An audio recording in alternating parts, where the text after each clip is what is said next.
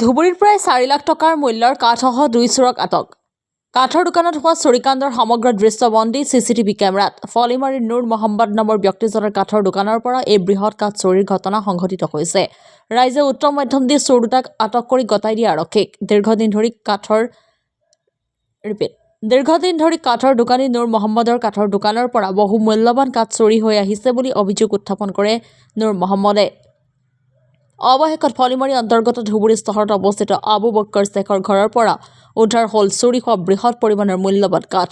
আৰক্ষীয়ে প্ৰায় 4 লাখ টকাৰ মূল্যৰ কাঠ জব্দ কৰি ধুবুৰী সদৰ থানালৈ আনে।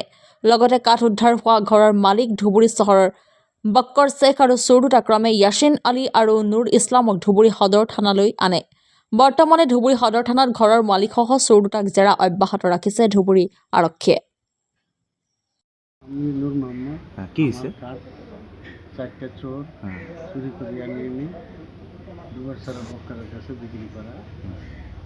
বিক্রি করে আর ফার্নিচার বানায় বিক্রি করে। চোর আজি ধরিছে। কিমান দিনৰ পৰা চোৰ কৰি আছে? 4 মাহ। 4 মাহৰ পৰা। পুলিচ আহিছে নেকি? পুলিচ আছে। কাঠবিলাক পাইছে? কাঠবিলাক পাইছে। কাৰ ঘৰত পাইছে? বক্কৰৰ ঘৰত পাইছে। এতিয়া পুলিচ কি বাহিকে চোৰ কেইজনক লৈ যাব থানাত? লৈ যাব। কিমান দিনৰ পৰা চুৰি কৰি আছে? 4 মাহৰ পৰা চুৰি কৰি আছে। কোন জেগা এইটো?